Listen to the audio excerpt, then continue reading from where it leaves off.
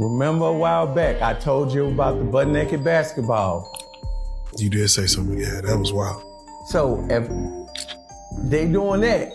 And he used to have these things called butt-naked basketball games, okay? He would invite over a lot of like Hollywood's elite to his house for a basketball game, but it was men only. You gotta have a lot of money to say shit we ain't never heard. You know who got a lot of money? Jamie Foxx got so much money, they say he's suffering from a mystery illness. Jamie Foxx is expecting his third child, and first with his girlfriend Alyce Huckstepp, confirming he will become a dad again at age 58. But that's not the reason Jamie is trending right now. The news about Jamie and his white girlfriend, who's almost half his age, got people to start doing SME digging into Jamie's past. And they uncovered some genuinely crazy stories about Jamie's past, including those naked basketball games. Yeah, you heard that right. People are saying that Jamie, allegedly, used to host these basketball games for his industry friends, and it was men only. Apparently, they would get together at Jamie's place and play basketball with no clothes on. And now Katt Williams decided to put his 2 cents in. And he's saying you should have listened to him years ago when he told you Jamie was booking up with his artist Marquez Anthony. And I'll tell you all about Marquez in a second. But first, let's talk about these naked basketball games, because this is actually diabolical. So this story has been around since Jamie's In Living Color days. However, it only gained traction after the Diddy scandal broke, and Jamie suffered that mystery medical emergency. The timing of that whole thing was very weird, because Jamie supposedly suffered a stroke just before Cassie dropped her lawsuit, and the floodgates opened on all of Diddy's mess. The television show, I didn't want you to see me with tubes running out of me and trying to figure out if I was gonna. And Jamie barely made it through. He spent weeks in a coma, and whatever he had, his condition was so critical that a nurse told his family he had only a 5% chance of survival. But then the story took a very different turn after Jamie recovered. People were already side-eyeing the timing of the emergency, but then Jamie himself started dropping hints that someone might have poisoned him. He revealed that he was on set when he started having a bad headache, and then someone gave him a pill, which Jamie thought was a simple Advil. And according to Jamie, the next thing he knew, he woke up almost a month later with no clue about what went down. And when he finally spoke to the media, Jamie said he's not ready to share on camera what the doctors told him. April 11th last year, bad headache. Asked my boy for an Advil. I was gone for 20 days. I don't remember anything. My sister and my daughter took me to the first doctor. Then the cortisone shot. The next doctor said, something going on up there. Though he chose to keep some of the details to himself, Jamie implies things got pretty serious. I won't say it on camera, I won't say it. By the way, after Jamie was recently discharged from the hospital, he shared a cryptic post on IG calling out fake friends. He wrote, "They killed this dude named Jesus. What do you think they'll do to you?" And he also added hashtags fake friends and fake love. Now, Jamie reportedly wanted to talk about all this in more detail in his Netflix comedy special, but he ended up cutting it. However, back in October 2024, Page Six reported that eyewitnesses who were at the taping of the special heard Jamie say that Diddy was responsible for his medical emergency. One of these eyewitnesses was Choke No Joke, who later told Comedy Hype that during the taping, Jamie not only confirmed that Diddy was behind his health scare, but he also allegedly reached out to the FBI to report Diddy. Jamie has a special coming out on Netflix called What Had Really Happened Was, and I went to the taping of it. It was 3 days taping. I went to the first show, I went to the last show. Okay. Jamie Foxx states in this, spoiler alert, but Jamie Foxx states in the special that Diddy was responsible for what happened to him, and he is the one that called the FBI on him. After he said Diddy did something to me, he said, and I'm the one that called the feds on him. So everybody out here that's talking about Diageo, this, that, and the other, better go back and think about when that happened to Jamie and start looking at the chain of events. Now, speaking of the chain of events, after Jamie's hospitalization and Cassie's lawsuit, a lot of stuff from Jamie's past started surfacing online, including those naked basketball games. One TikTok user went viral, claiming that her mom, who was a friend of Jamie's back in the day, told her about these men-only hoop games that Jamie allegedly used to host for his industry friends. And according to this woman, there were some very famous men playing basketball with Jamie. naked basketball games, but since he's talking about it, I'm going to talk about it. Before I do, though, everything in this video is alleged, and for entertainment purposes only, I have to say that. Also, I value my own life. I'm so serious when I say that. I value my own life, okay, because Diddy likes to do it.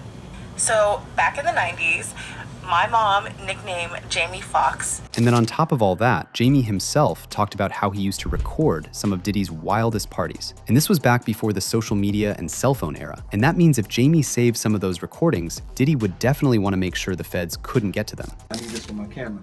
Dr. Roof and Puff at the Beverly Hills Hotel pool dancing, doing their thing, right? And you know what they dancing to? Over in the corner. In the corner, Puffy sleeping with Kevin Hart and Usher. Man, don't sit on the bed at night. No homo. No, just don't get close to the bed.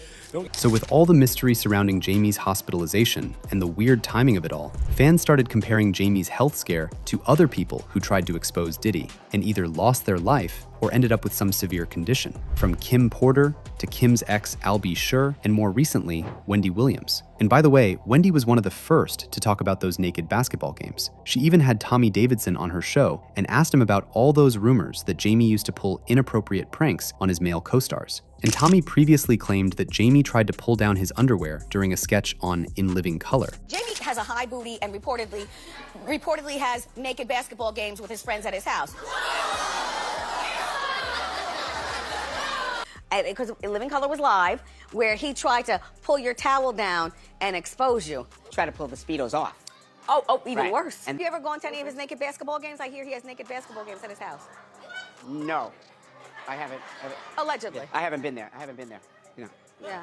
Well, then you're not really friends. Yeah, I'm not really friends then. You know what I mean? So Tommy Davidson played a straight man on the show, and he claimed Jamie went off script while performing as the character Wanda to create a cheap laugh at his expense. According to Tommy, he was lying down during the prank, which prevented him from immediately reacting. However, he said he felt so violated, he later warned Jamie that he would bust him in the mouth if it happened again. But you know who else tried to spill all this to Jamie besides Wendy Williams? That's right, Katt Williams. All the way back in 2012, Katt claims Jamie was part of the Rainbow Coalition, and he even alleged that Jamie had an affair with his record label artist Marquez Anthony. I know all the comedians and actors' secrets. Who's gay? Jamie Foxx. I can only say it because I can tell you the name of the dude. His name is Marquez Anthony. He's the only dude signed to Jamie Foxx's label. Check it out. And then Twitter the dude and ask him to see if he don't say yes. The dude told me backstage at a show and told me I could bring him on stage and air it out. I said, no, nigga, let me wait till I get to LA. Them snitching niggas on that. Now, as for Marquez Anthony, his response to these allegations raised even more suspicion. He was asked about all this during a radio interview, and while he dismissed Katt's claims, you could tell by his body language that he got really nervous when the interviewer brought it up. And he even tried to make an awkward joke, pretending like he didn't know who Katt Williams was. You're here because really the rumor mill has gone crazy. Let me just set it up, and you're here to address this because Katt Williams, who's been out on tour. Who? Katt Williams, the comedian, has been out on tour. Well, first of all, I am not gay. Let's just say that off the bat. Jamie Foxx is not gay. We have never had any kind of interaction. Jamie Foxx is like a big brother to me, a mentor to me. So, I mean, that's just to clear that up. Now, as far as me seeing Katt Williams, I haven't seen Katt Williams in maybe 6 years.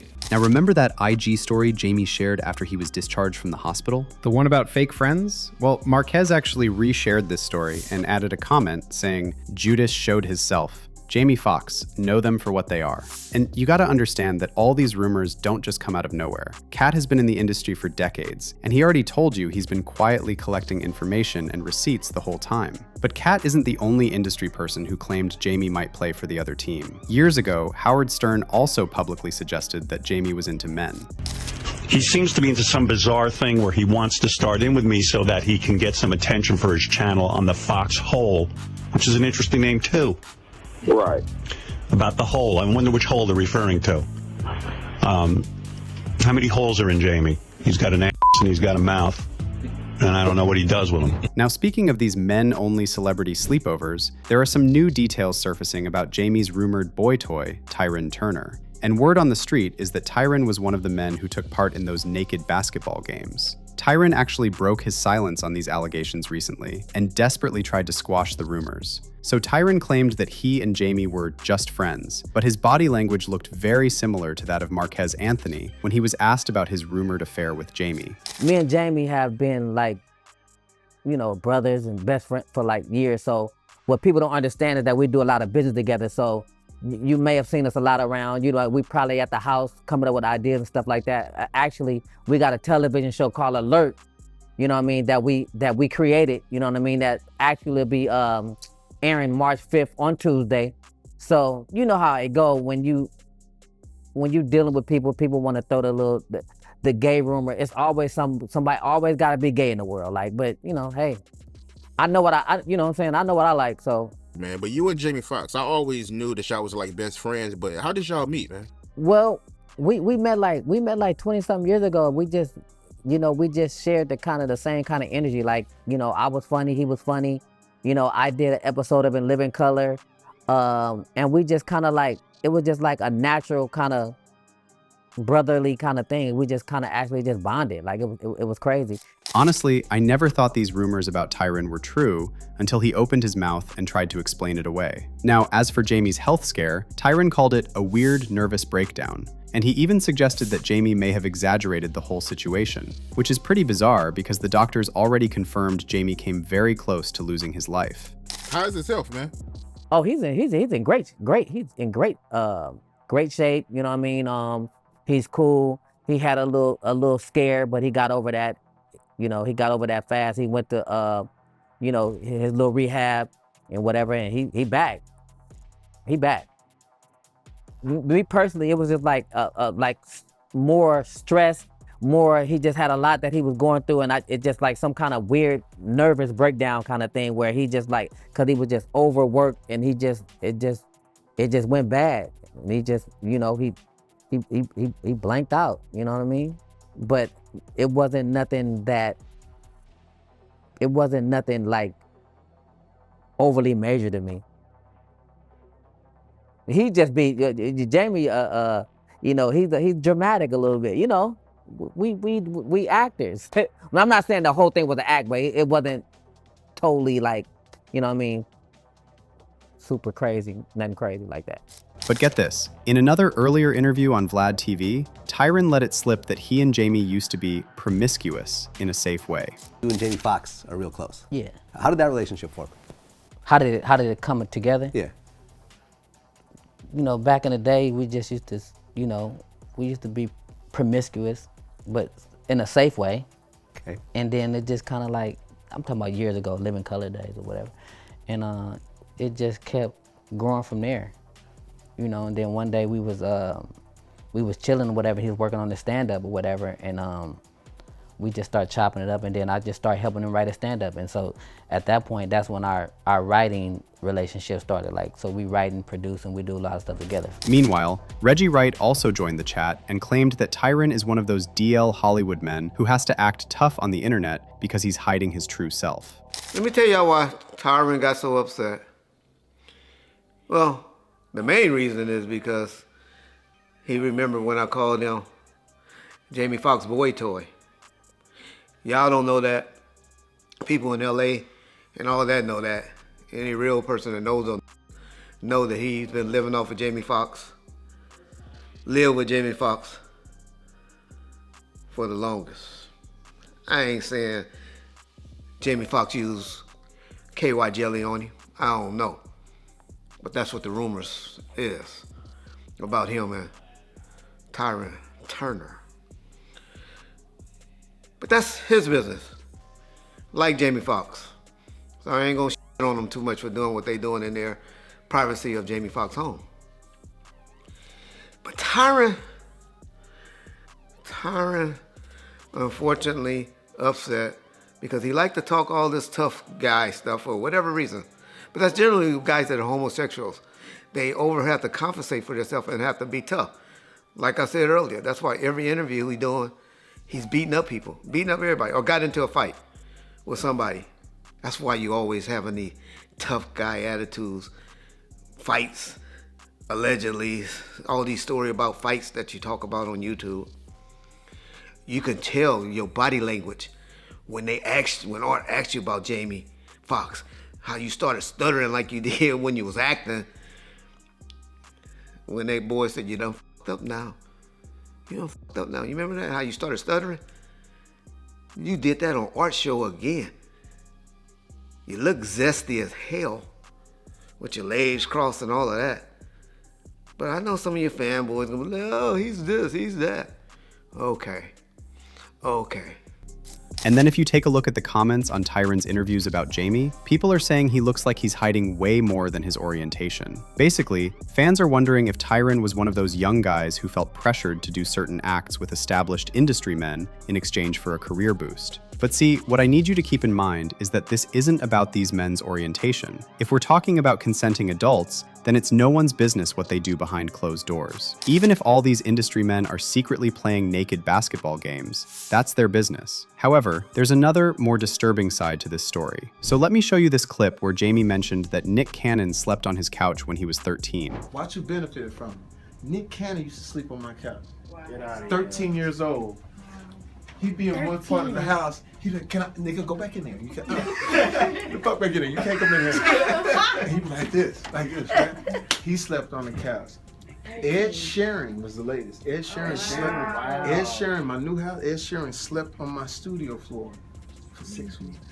So as you can probably guess, this comment raised a lot of eyebrows, and fans compared it to the whole Diddy, Usher, Justin Bieber situation. And it's stuff like this that really makes you wonder what exactly is going on when all these older industry men want to hang out with young artists and have them sleep at their house. Now, this doesn't mean Jamie is guilty of any crime. That's not what I'm claiming. But at the same time, we have to keep our eyes open, because a lot of these celebrities and so-called icons and legends might be involved in something far more sinister than most people want to imagine. But let me know what you think about all this. Is Jamie hiding something darker than the stories about those basketball games? Drop your comments below, and I'll see you in the next one.